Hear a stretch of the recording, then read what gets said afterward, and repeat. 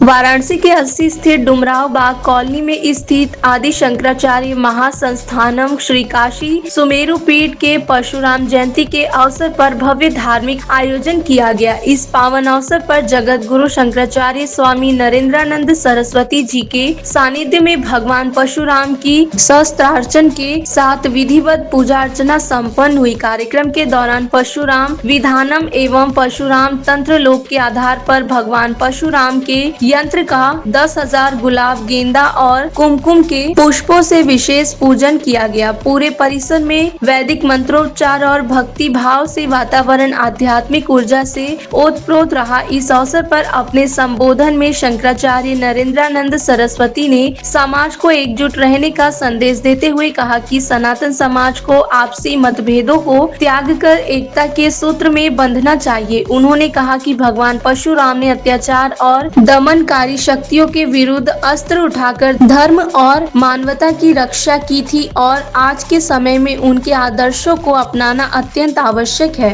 वाराणसी से धनेश्वर साहनी की रिपोर्ट।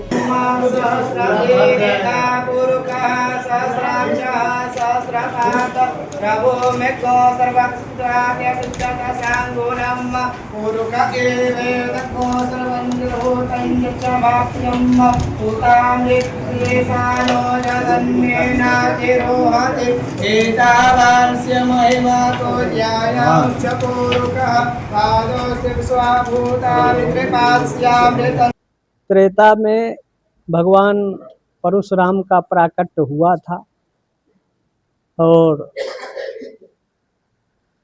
अष्ट चिरंजीवी में से आज भी प्रत्यक्ष देवता के रूप में भगवान परशुराम हैं।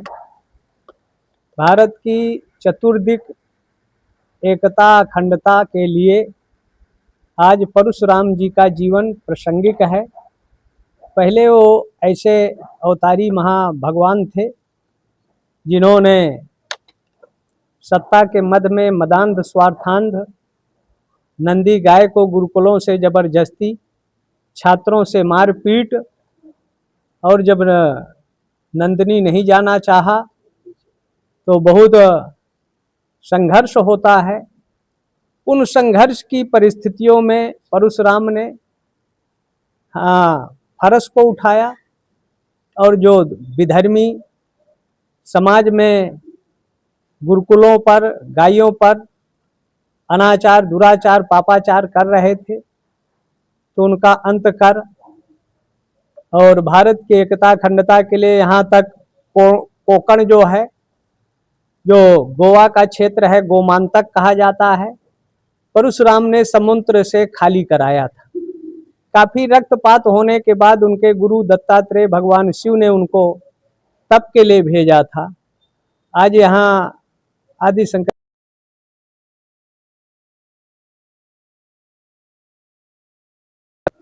चक्र, परशुराम चक्र का पूजन किया गया। कुमकुम, अक्षत, पुष्प, फल आदि से उनका प्रातः 4 बजे से 7 बजे तक अर्चन बंदन राष्ट्र के कल्याण हित के लिए, देश की एकता अखंडता शांति समृद्धि के लिए। इस देश का 25 करोड़, वैसे तो 50 करोड़ सवर्ण है, ब्राह्मण, ठाकुर और बनिया, उनको आज परशुराम के हथियारों को उठाने की जरूरत है, जिससे जो समाज में विषवमन कर रहे हैं, समाज को तोड़ने का प्रयास कुछ शक्तियां कर रही हैं। अगर समाज चारों वर्ण 110 करोड़ सनातनी एकत्र रहेंगे तो भारत सुरक्षित होगा, संरक्षित होगा। और गरीबी या अमीरी जात देखकर नहीं आती है, इसलिए सरकारों को विचार करना चाहिए और गरीबी और अमीरी ही जाति होना चाहिए।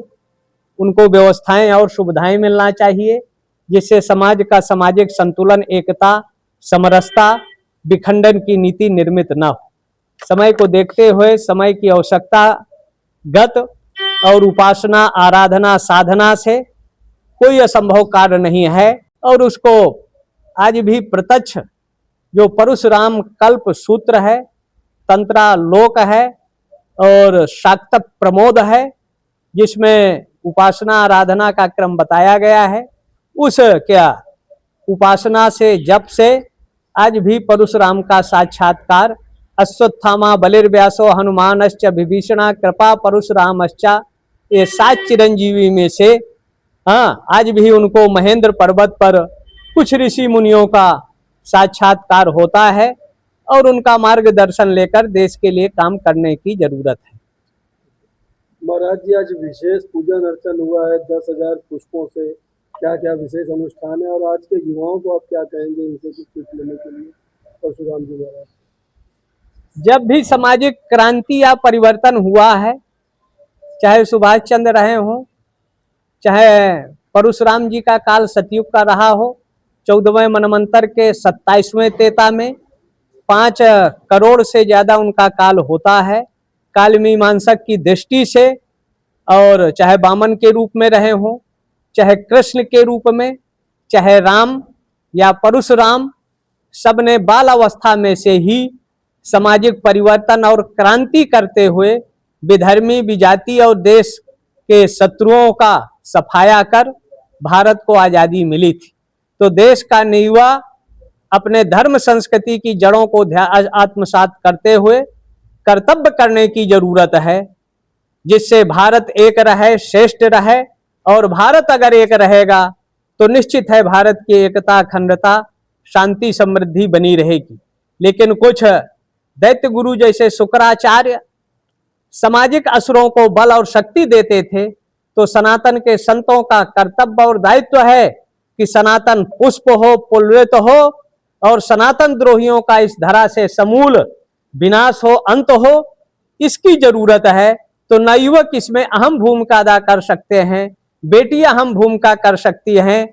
और लव जिहाद जैसे जो 11 लाख हिंदुओं की बेटियां, तो अगर ये सनातनी 110 करोड़ हथियार रखते हैं, फरसा रखते हैं, तो जो 11 लाख उनकी बेटियां किडनैप होती हैं, अनाचार दुराचार होता है, उनकी रक्षा और सुरक्षा होगी। और अगर 13 करोड़ सनातनी आगे आ जाएं तो गायों की भी रक्षा हो जाएगी। और जब तक जनता आगे नहीं आएगी तो सरकारों के भरोसे कुछ काम होगा, लेकिन कुछ काम होने वाला नहीं है। इस देश की अगर 15 करोड़ जनता एक हो जाए, समृद्ध हो जाए, संगठित हो जाए, तो गाय का रक्त भारत में नहीं गिरेगा। और जब रक्त नहीं गिरे तो गाय सुरक्षित होगी तो भारत सुरक्षित होगा। नवयुवकों को भी माला के साथ साथ परुष रखने की जरूरत है। और अगर परुष रखेंगे तभी भारत एक होगा, श्रेष्ठ होगा। भारत द्रोहियों का समूल सफाया होगा। और जब सफाया होगा तो दुनिया की महाशक्ति, आध्यात्मिक शक्ति, सनातन शक्ति ही प्रचंड और पुरातन शक्ति के रूप में है, उसी के दुनिया के लोगों को अपनाने की जरूरत है। हाँ, युद्ध के मैदान में भगवान कृष्ण ने निरस्तीकरण का तो आज विश्व पटल पर जहां मानवता का रक्त बहाया जा रहा हो, अणु और परमाणु की होड़ में अमेरिका बेगुनाहों का जहां कत्लेआम कर रहा हो, आतंक को प्रोत्साहन कर रहा है, इसलिए विश्व के नवयुवकों को आगे आना होगा, अन्याय अत्याचार का प्रतिकार करना होगा। तभी विश्व में शांति, अमन, विश्व में शांति अगर हो सकती है तो सनातन सिद्धांत और सनातन धर्म से ही शांति सद्भाव हो सकता है।